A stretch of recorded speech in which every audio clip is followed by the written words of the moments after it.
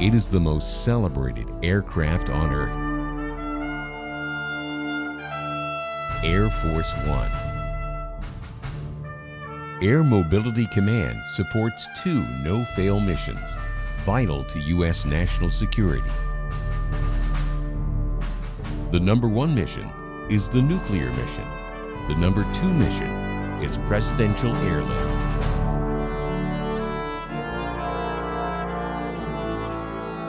These 2 missions are Mobility Airmen's highest priority.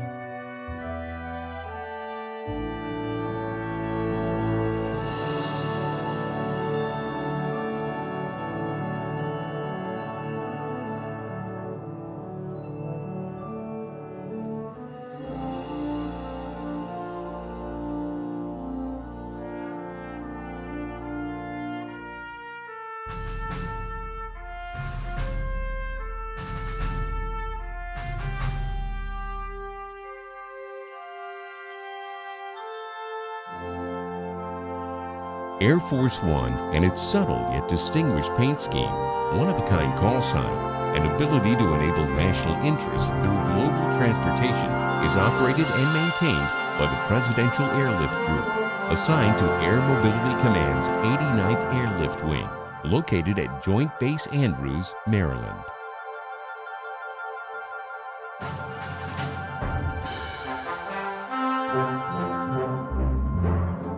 The first flight of Air Force One was on January 11, 1943, when President Franklin D. Roosevelt flew to Morocco on a Boeing 314 Clipper. Roosevelt became the first president to travel abroad on an airplane as he flew to the Casablanca Conference. This record-setting journey paved the runway to a new age of presidential travel and the idea that a single military aircraft should be dedicated and reserved with a special air mission.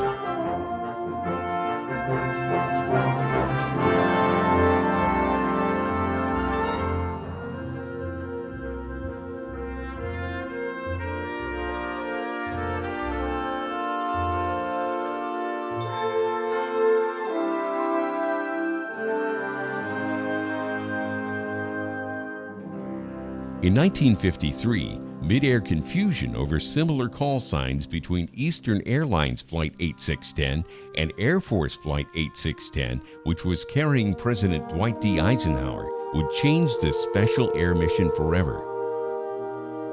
As a result, the call sign Air Force One was created and utilized anytime the President of the United States boarded an Air Force aircraft.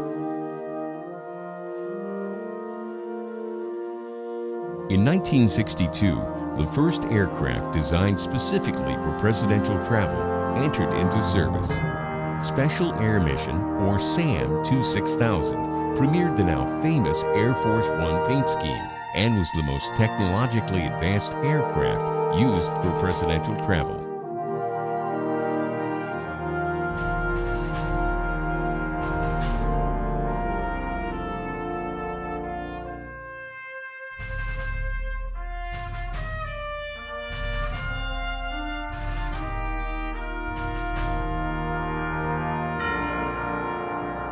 SAM 26000 was just 1 year old when it carried President Kennedy home from Dallas, Texas, after his assassination.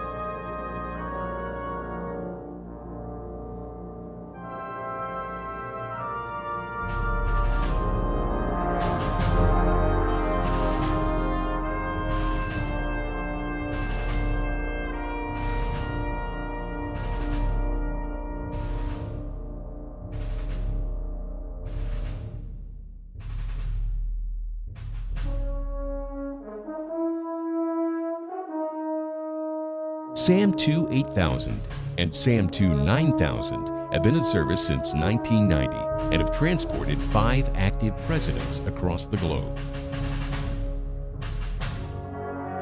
This aircraft and the airmen aboard were pushed to their limits on September 11, 2001.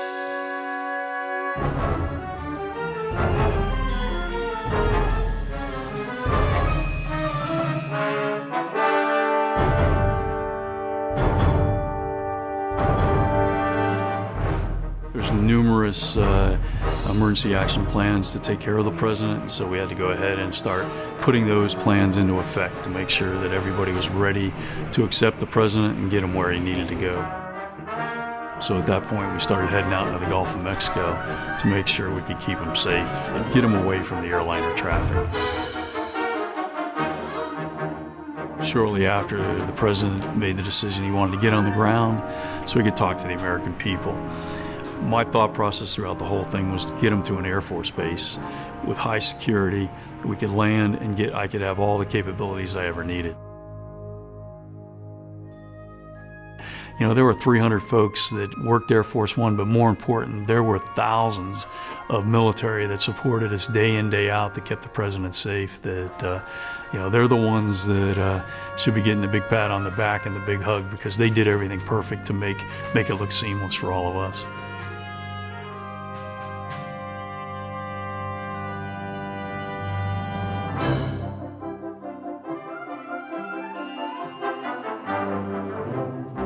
Mobility Airmen are committed to providing safe and reliable travel, logistics, aerial port services, security, and global air-to-ground communications for the President, senior U.S. leaders, and senior military leaders. This capability provides the opportunity for leaders to communicate and build partnerships.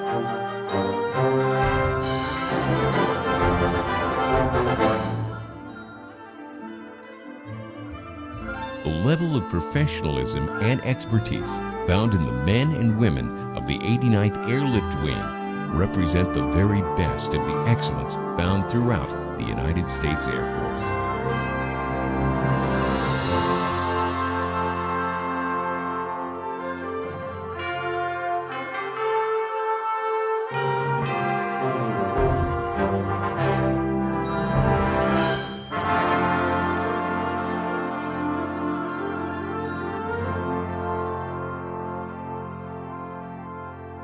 The men and women of the 89th Airlift Wing continue their no-fail mission.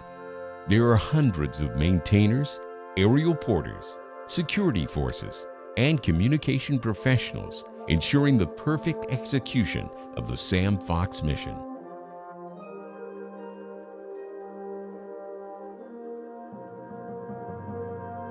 History is made with every Air Force One takeoff and landing. And this is possible because of the dedication of the men and women serving Air Mobility Command and the United States Air Force.